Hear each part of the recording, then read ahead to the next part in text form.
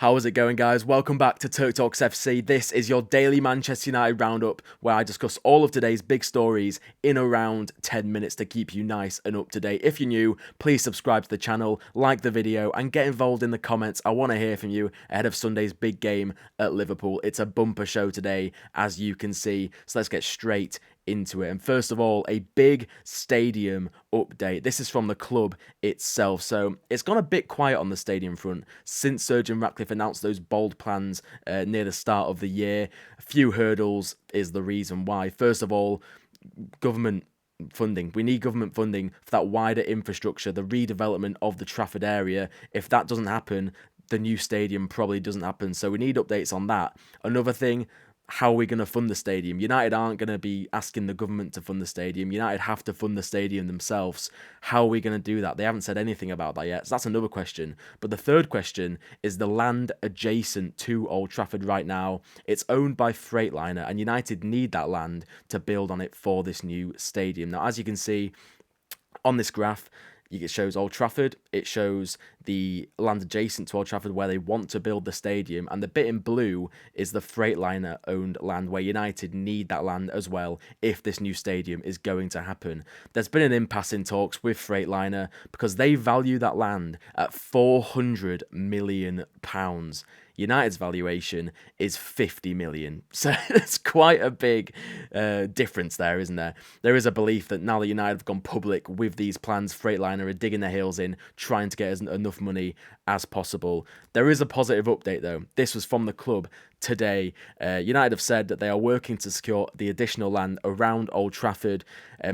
This is what they've said. We've been engaged in constructive discussions with neighbouring landholders, Freightliner, and are optimistic about reaching mutual agreeable terms in the coming months. So that is a promising sign that United have come out public and said, listen, we're pretty confident that this is going to happen, because it was looking kind of shaky. You know, The Athletic did a report a few weeks ago that United were drawing up alternative plans to build this new stadium without the canopy, with the sort of trident design.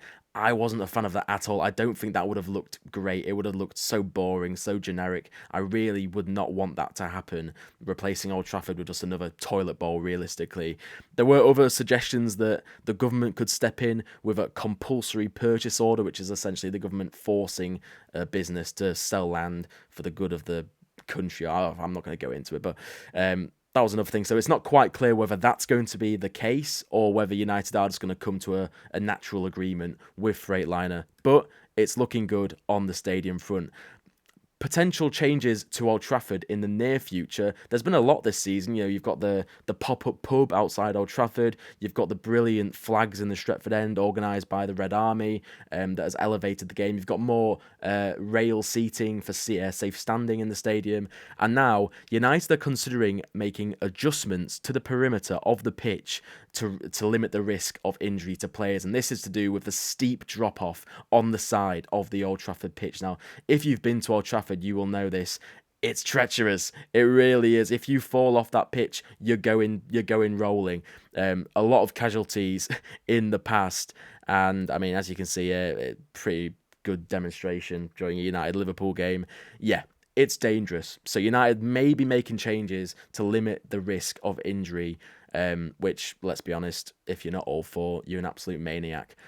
Talking about Liverpool on Sunday, and there is a bit of an injury boost, which is good. Nusayr Mazraoui, he hasn't played since September 20th, so nearly a month without Nusayr Mazraoui. He's only played 3 times this season. You know, injuries have taken their toll, but reports today suggesting he could be back for that game against Liverpool on Sunday, which is a major boost. Mazraoui trained with the Moroccan national team during the international break. They played Congo and Bahrain. He didn't feature in those games, but he took part in training, continued his recovery work, and now he is back at Carrington. I believe first team training resumed today, so whether he was involved or not, we will learn obviously later in the week when Ruben Amorim speaks to the press. But positive news on Mazraoui, because he's probably in United's best team, if we're being real. You know, he played 38 games last season out of Ruben Amorim's 42. Very crucial player for Ruben Amorim. If he's available, he should be starting most games, so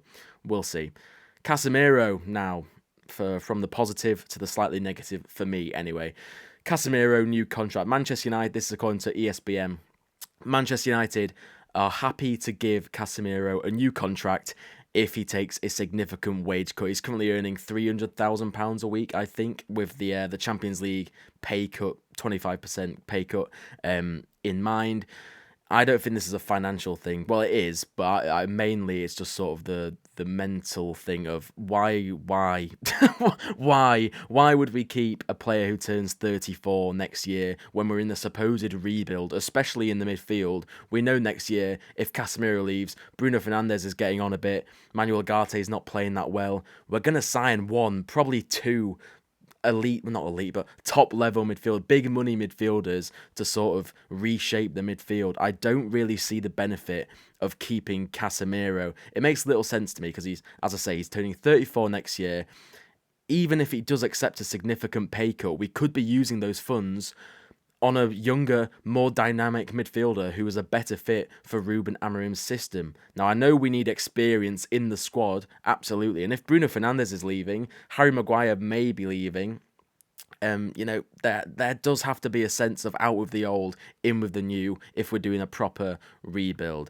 And I say Harry Maguire, and again, this is from a report earlier in last week, Harry Maguire in talks with Manchester United over a new contract, face-to-face meeting. It's looking positive. Seems like he is going to get a new contract beyond this summer. He turns 33 next year.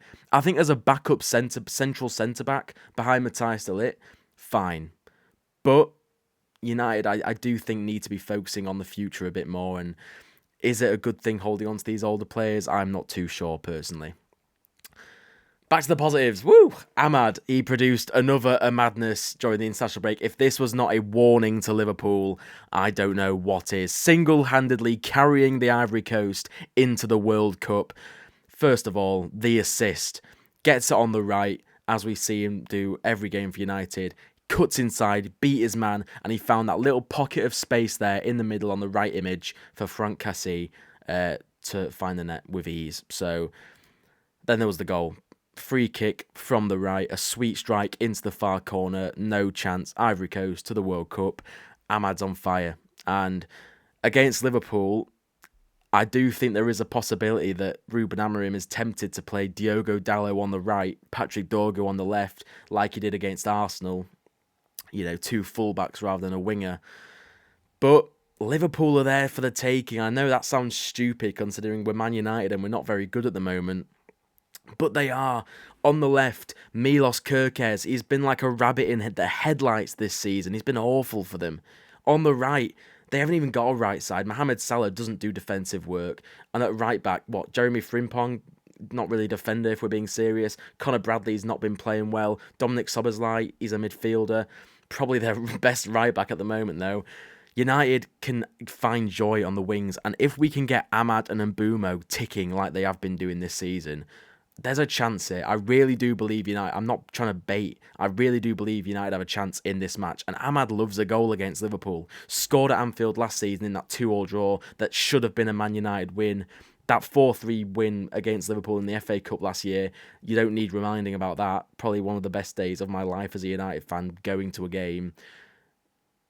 They're there for the taking, guys. I know it sounds crazy, but I think they are. And finally, just a little shout out. Leny Yoro, who's been nominated for the Golden Boy Award. He's in the top 20, so good luck to Leny Yoro. And Diego Leon made his Paraguay debut for the senior team yesterday. It was a 2-0 defeat against South Korea. He came on as a substitute in the 81st minute. And yeah, good to see, because he's not really close to playing games for the senior team at United so far. He's just trying to build up his minutes in the youth teams. Having a bit of hard time of things for the under-21s right now, to be fair. He was substituted against Liverpool a month or so ago. Not really playing too often, but listen, he's a young teenage lad from Paraguay. It's going to take time to adapt. He's quite clearly a promising talent. But that is all for today's roundup. Thank you for watching. Thanks for clicking this. Please subscribe if you're new, like the video, and get in the comments. Let's start a conversation going ahead of that big one on Sunday. I'll see you in the next one.